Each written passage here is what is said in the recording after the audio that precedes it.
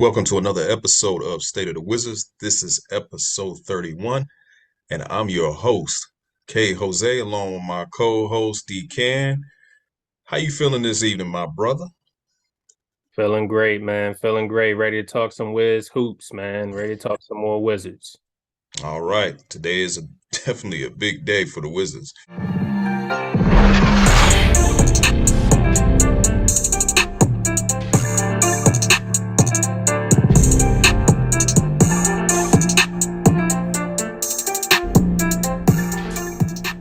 So before we get started, if this is your first time tuning in, thank you very much. Please be sure to like, share, and subscribe.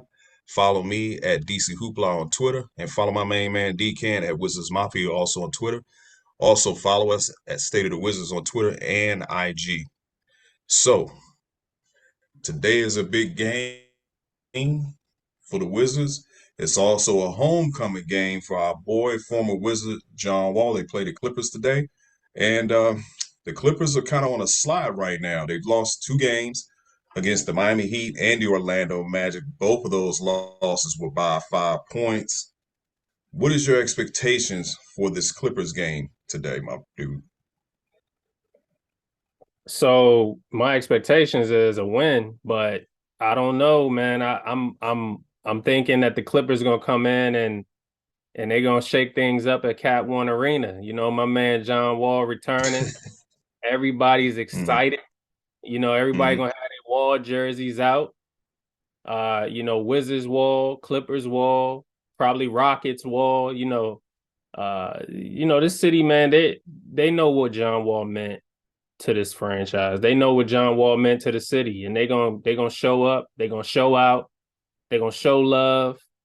And I think that the Wizards as a team, they're gonna feel the energy in the building. Most definitely, they're gonna feel the energy in the building. They got to come out. They got to match the energy of what's in the building.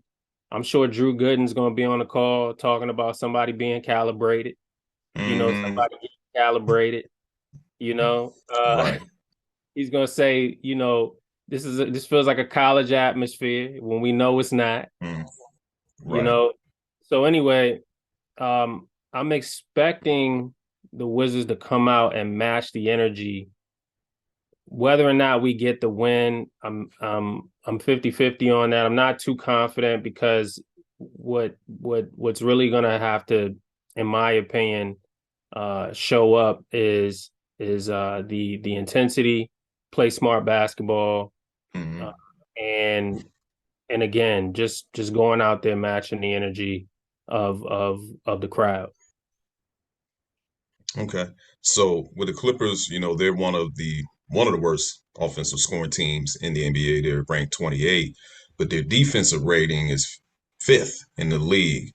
So when you look at these two matchups, this matchup, in your opinion, honest opinion, do you see this as a winnable game? Very winnable. I mean, yes, the Clippers are one of the worst shooting teams in the league. They're 30th in the league. They actually, they actually, uh, well, they shoot a better three ball than us, but you know, they're not that much better of a shooting team than us. They're actually 17th in the league in field goal percentage. Um, but I see that they're going to struggle, in my opinion, scoring the basketball if we can play a bigger lineup. If we're guarding the Hmm. perimeter, and that's a team that has a hard time putting the ball in the hoop. If we're guarding the perimeter like we're supposed to, then it's a very winnable ball game. But the problem is, man, is that the Wizards just don't guard the perimeter like they're supposed to. You got guys like Reggie Jackson, John Wall. They're going to try to exploit the defense on the perimeter. They're going to play up tempo, play fast. They're going to spread the ball around, get the 3-point shots up, and they're not a bad 3-point shooting team. They shoot 36% from three as a team. Yeah. So this could go one or two ways. Either they're going to really, really exploit our defense from the 3-point line, or they're going to exploit our defense in the paint, and they're going to get to the basket, and they're going to get to the free throw line, and they're going to make their free throws, Hmm. so on and so forth. So it's important that we guard and we stick to the game plan against this Clippers team, because Right. they're a team very capable of blowing us out. Oh yeah, absolutely. I mean, you got Paul George who's back. I think Kawhi Leonard didn't play tonight. He didn't actually play against the Miami Heat, but he played against the Orlando Magic. So you do have to worry about those two guys. If they're on the court, I could easily see if we try to go big, which I won't be shocked that we will. I could easily see the Clippers deciding to get KP and Daniel Gafford in foul trouble to get those two guys out and go with a smaller lineup, which if they go small, we're in trouble. So it So is a you think, winnable game, but yeah, I don't feel confident that we will be able to win that game. Which leads me to a question that I have for you. So with these losses that have been mounting up for this team, there's been a lot of chit chat on Wizards Twitter blaming Wes Unseld Jr., talking about his substitution patterns, talking about his schemes, his rotations, everything, his lack of adjustments. Do you think he deserves to be on the hot seat if this continues? that's a really good question. That's a great question, actually. And I think that Wes Unseld Jr. does deserve to be on the hot seat because Wes Unseld Jr. has put himself in that position. There's been a Mm-hmm. lot of games this season where we've been in him, and he's made the wrong coaching adjustment. He's made the wrong substitutions. He's he's he's falling into, in my opinion, he's fallen into that place where we can no longer use the, well, he's a new coach excuse. And I think that because he's in that area, that gray area where you can't use the he's a new coach excuse anymore. You have to Mm-hmm. start you Mm-hmm. have to start holding him accountable and holding him to his philosophies and to his and how he coaches. If we're not going to do that, then he literally can just go the rest of the way, with these bad coaching habits. He could go the rest of the way and we not, hold him to that. But Mm-hmm. look, this is the thing, man. It's so easy to point the finger at West, though, because you can point the finger to a lot of different things other than West Unseld Jr. You can point the finger at, guys not being consistent all year. You can point the finger at guys just not, focusing on defense, not communicating on defense. There's so many different things you can point to. However, Right. what it what it does say to me, though, is that Wes isn't holding those things accountable. So if there is bad habits on the team, then who's responsible for correcting those bad habits? Who's responsible for, creating a culture and an atmosphere that works for everybody, not just some people, but for everybody? Like, for example, this Denver, the Denver guys, man, his guys that he brought here, they're not living up to the expectations of him and what he's expected out of them. But yet, he still gives them the playing time. Yeah. Monte still gets starter minutes, still gets a starter role. Barton still gets valued minutes off the bench. It can't happen. People recognize that, man. People recognize that. And I cannot shield him from those criticisms. I can't protect him from those criticisms. He has to recognize these things, bench Barton, bench Monte Morris if it's not working, go with lineups that do work, and let's see what happens. If you start winning ball games, you'll get praised for it. But you losing and you continue to lose, you're going to get criticized and people are going to start putting you on the hot seat. That's fair. So if he benched his Denver guys, Currently, right now, DeLone Wright is still out. Bankroll, of course, is out. You got Rui that's out. So let's just say that he benches Monte Morris. Who does he bench him for? Who's going to Well, take Monte Morris's role? I guess that'll be Jordan Goodwin. when I say bench, yeah, Jordan Goodwin. When I say bench, I'm talking about cutting their minutes down too. Like it's not Well, cutting the benching. minutes down, yeah. Right. Benching isn't just, you're just getting benched. Benching also means like, hey, we're reducing your minutes, we're reducing your role. You know, Jordan Goodwin deserves starter minutes. He Hmm. why are we still having this conversation? Like Jordan Goodwin is balling and he does what he's supposed to do very well.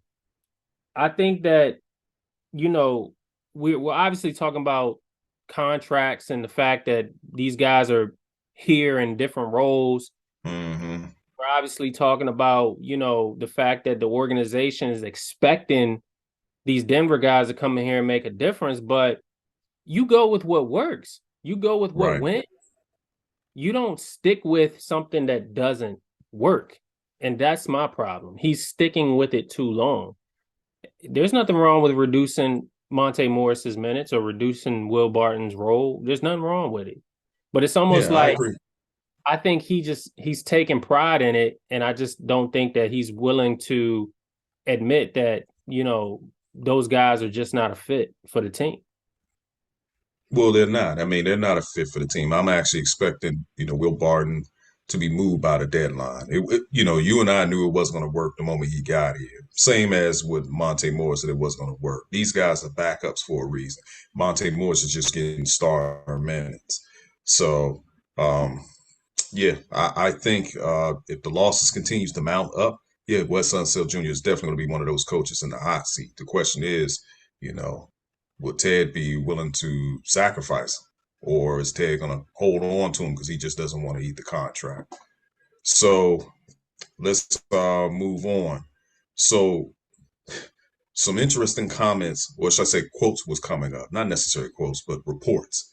So there was a report coming out where an executive said that they believe that Kyle Kuzma will be moved by the deadline. And then Shams comes out with a report saying that Kuzma is a cornerstone piece for the Washington Wizards. And of course, you had that report, where the Suns and the Hawks are interested in Kyle Kuzma. Now, what do you think about these reports, my dude? Which one? There was like two or three of them. I know that's pretty much the norm when it comes down to the Wizards. It's always we're interested in this particular player. We're thinking about moving this guy. We're going to keep this guy. There's always multiple reports. In your opinion, what do you believe the Wizards should actually do when it comes down to Kyle Kuzma? What makes sense for the franchise? Well, what makes sense to me would be to trade him because at the end of the day, Kyle Kuzma is going to want he's going to want max money. He's going to want to be paid here. You Mm-hmm. know, I think there was a report that went out. There was a report that went out. Shams reported it that he's going to be worth about $25 million on the market. That's that's what it is right now. When it gets to that time and salary cap increases and everything like that, and we start seeing other players get these crazy contracts, we already know with the Wizards, Kyle Kuzma is going to want more than $25 million. I think the expectation for him is probably around $120 million, contract. Break that down over 4 years. That's about what, $30 million a year. So Mm-hmm. the Wizards are going to have to go into the luxury to afford to pay Kuz that. And I don't think a lot of Wizards fans realize that. I get the love affair for him. He's very likable guy. It looks like he fits the mold here. Looking at that picture there with him, in the Cherry Blossoms jersey, the guy loves pink. He just fits him, he just looks like a wizard, to be honest with you. He looks like the poster child Wizards player. He really does. Let's put it out there. Very nice guy. But look, business speaks, business talks.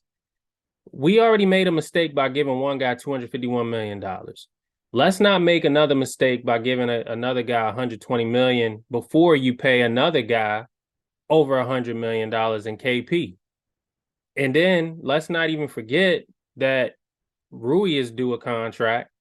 Most people are trying to minimize what Rui is going to get on a on this type of market, but there's a good chance that Rui gets a $90 million contract. Okay, and he's a restricted free agent, so if the Wizards don't offer him something out the gate and another team does, the Wizards can match that.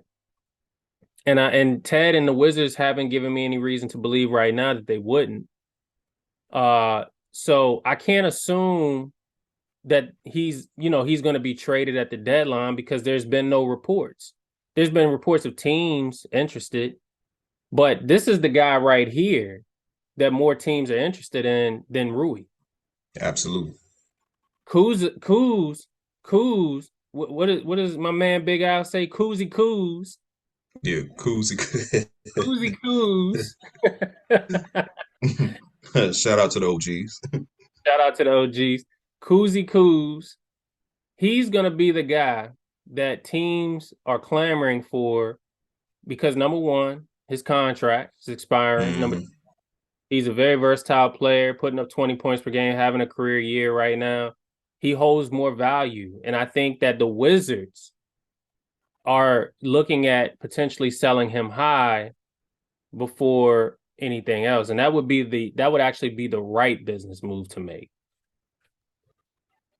Yeah, I agree. If if the Wizards actually sell him high and move him by the deadline, that will probably be one of the smartest moves that Tommy Shepard has made since being the general manager.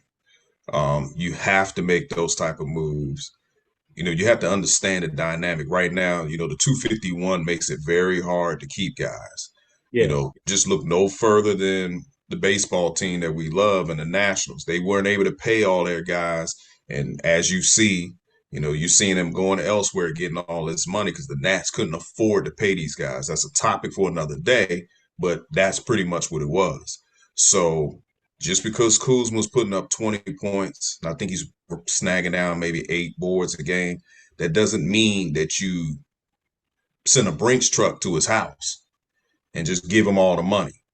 If his value is high right now, we already screwed up by not getting rid of a player whose value was high. Let's not do it again. Yeah. There's no value in Rui. There Yeah. is no value in Denny. So you shouldn't even be having this conversation and trying to create value. I mean, I'm seeing people talking about, well, let's trade one of those guys for Cam Reddish. Cam Reddish been playing terrible since Duke. So we're Yeah. gonna bring Wow. in another player who's struggling so you Yeah. guys can complain about him? Yeah. The trade machine on Wizards Twitter is just out of control. There's a new Yeah, trade every day. Like right. I don't get it, man. I don't understand that. Why even create these falsehoods of trades that 9 times out of 10 is not going to happen. We've been in this now cycle, for forever. Since I've been on Twitter, I've seen a trade every week since Yeah. I've been on Twitter. There's literally a trade every week. But I'm like, what's is it? Is it just because the idea sounds good? It's almost like the 2K effect. You just create your own Wizards team and you see what it looks like. Is that what it is? I Hmm. don't know. Tell me, my dude. I don't know what it is, man. I think people just want the young guys out of here so bad that they'll be willing to take whatever other team's garbage just to get rid of. I mean, think But about the last season, I don't mean to cut you off, but last season they included Monte Morris in the trade. yeah, I You know. you don't remember those? Yeah, that's why he's here. Monte Let's not forget that Wizards Twitter is the reason why Monte Morris is here. Right, right. Remember, Facts. they advocated for him. So now Wizards Twitter has then flipped the script. Now they want him gone. what you guys wanted this dude. Some of you guys was talking about Monte Morris before the season even ended. Oh, he would be very good on the Washington. With don't think we forgot about that. Don't think we forgot that some of you people was out there advocating for this dude. Now you guys are mad. So now you same folks are advocating for us to overspend for Kuzma. You overspend for Kuzma, and let's say he turns into Davies Bertans. I'm not gonna say he's gonna turn into that, but let's say he doesn't live up to the contract, because I don't think he will. Then people are gonna say, okay, we need to move Kuzma. What we normally hear is, oh, well, if you sign up to a bad contract, at least you can flip the contract. How about we just don't sign the person to that bad contract in the first place? But let me ask you this question. If Kuz gets $30 million from the Wizards, Mm-hmm. hypothetically, Mm-hmm. what is the new expectations for somebody like Kuz at $30 million a season? What's his new expectation? Perennial all-star.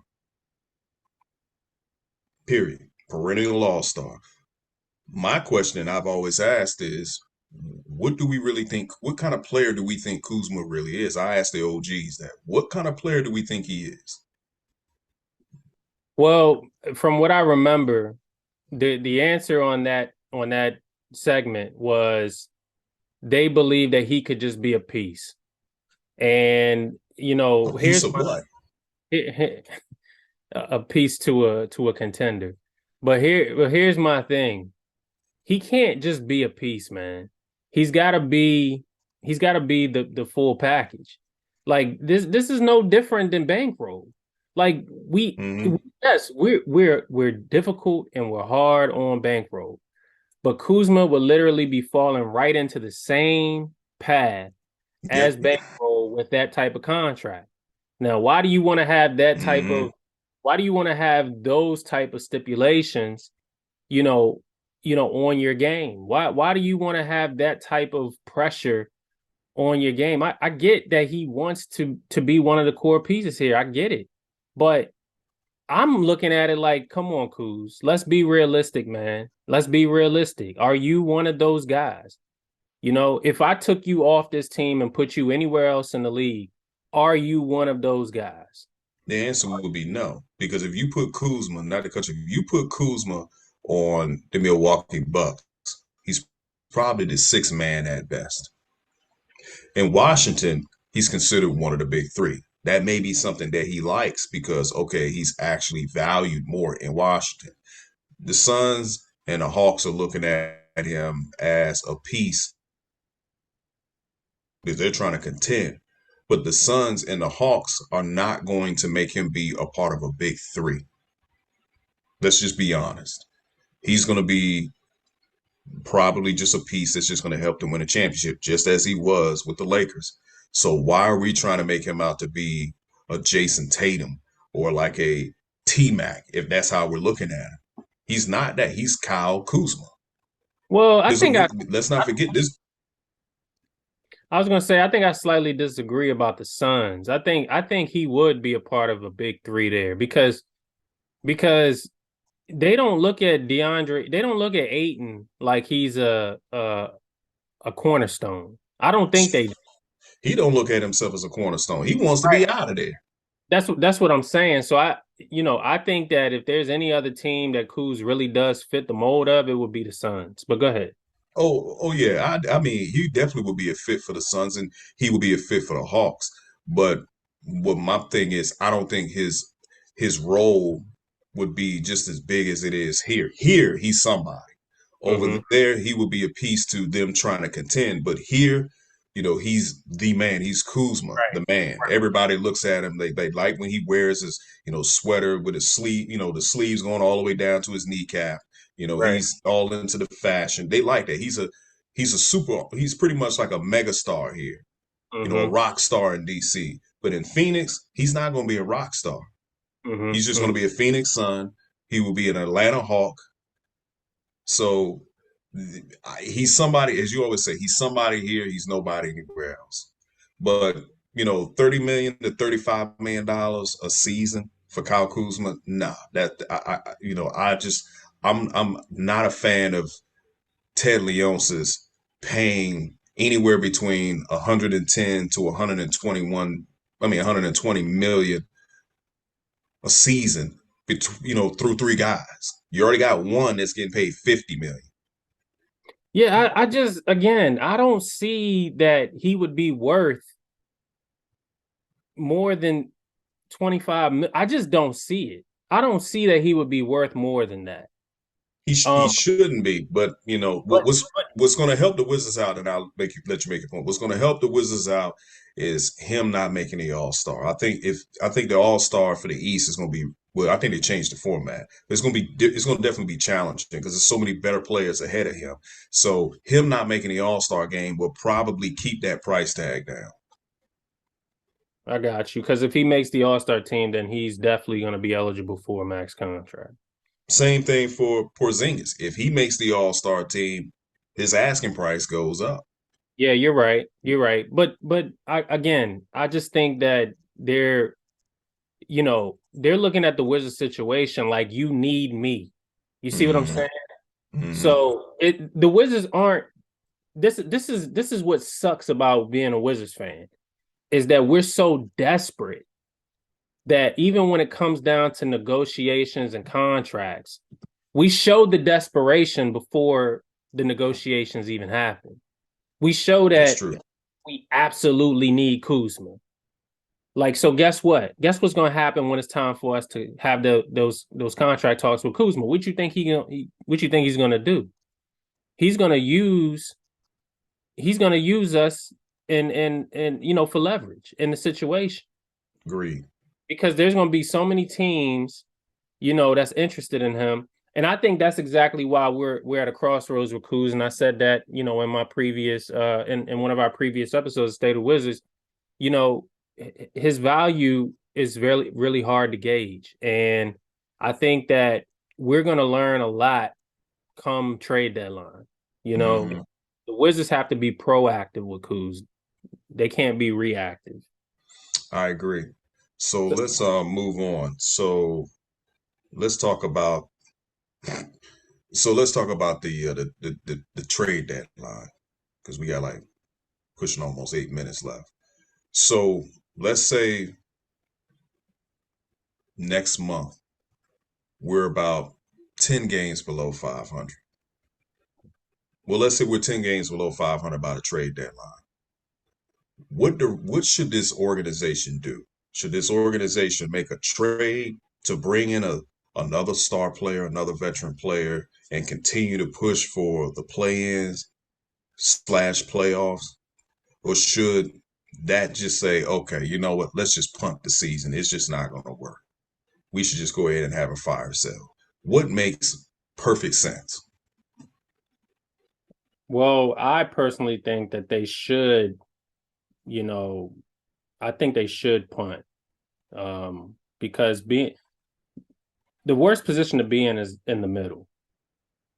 The worst position to be in is absolutely in the middle. The NBA is not like the NFL. All right. You know, the Wizards right now, they're showing you that being in the middle means nothing because no fans is coming to the games. So we might as well be at the bottom if you really think about it. So in my opinion, I think that, use what you have right now to flip into younger pieces in return. Get those draft picks back. Mm-hmm.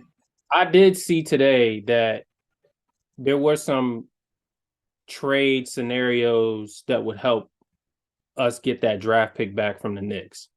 You know, I'm not totally against that, but the return, I'm not no Fournier guy, man.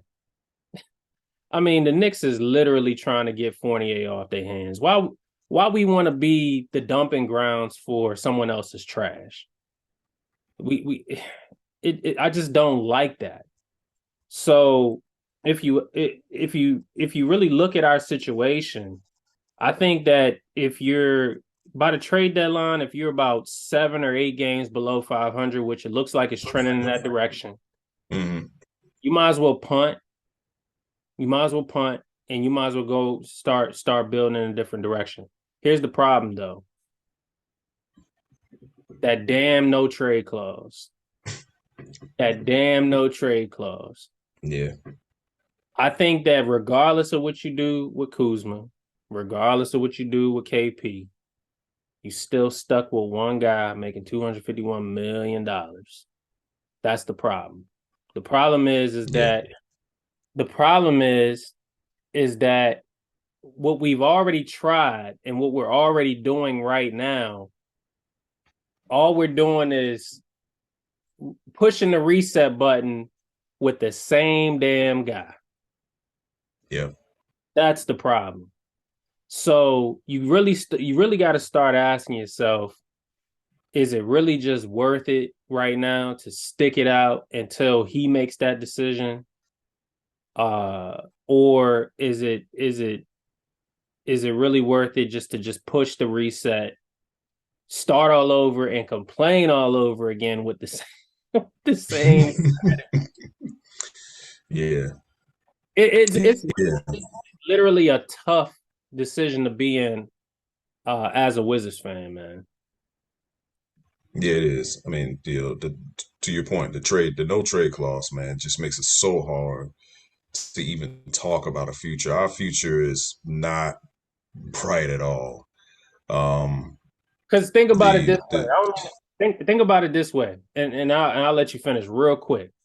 Think about it this way: the win now with bankroll is still the win now, even in a rebuild. yeah, The reason why I say that is because what's going to happen when you start flipping those current vet pieces for young assets? What's going to happen? And you paying one guy $251 million. What do you think is going to happen? What's eventually going to happen? I mean, another losing streak. That's what's going to happen. You just losing with young guys, and you just got one guy getting paid $251 million. Well, the answer to that is you're going to lose, and then you're going to flip those guys into win now pieces. Well, yeah, I mean, yeah, that too. But to be honest with you, what fans want is that they want the Wizards to get that New York Knicks pick. They want to get that Wizards pick back, the 2023 pick. The only reason why they want it back, so that way they can start trading away their future draft picks for said veteran players. And what is that going to lead to? Look at why do you think the Lakers right now are so reluctant on trading that 27 and 29 first round pick? Because they traded away majority of their draft picks. Same way as um, the Clippers traded majority of their draft picks away. So you do that when you know for sure that the pieces you're getting in return is going to win you a championship. But if the goal is just to go to the playoffs with these pieces, why mortgage your future just for a few extra dollars during the playoffs? Because we know that's what it really is. Ted just wants those home game money. But if you give up 5 years of your draft picks for just that, Mm-hmm. then what? You're going to have us complaining again, talking about, man, it would be nice if we could draft this player. It would be nice if we could draft that player, but we don't have the picks to do it. Mm-hmm. Yeah, I follow. I mean, what do you what do you do?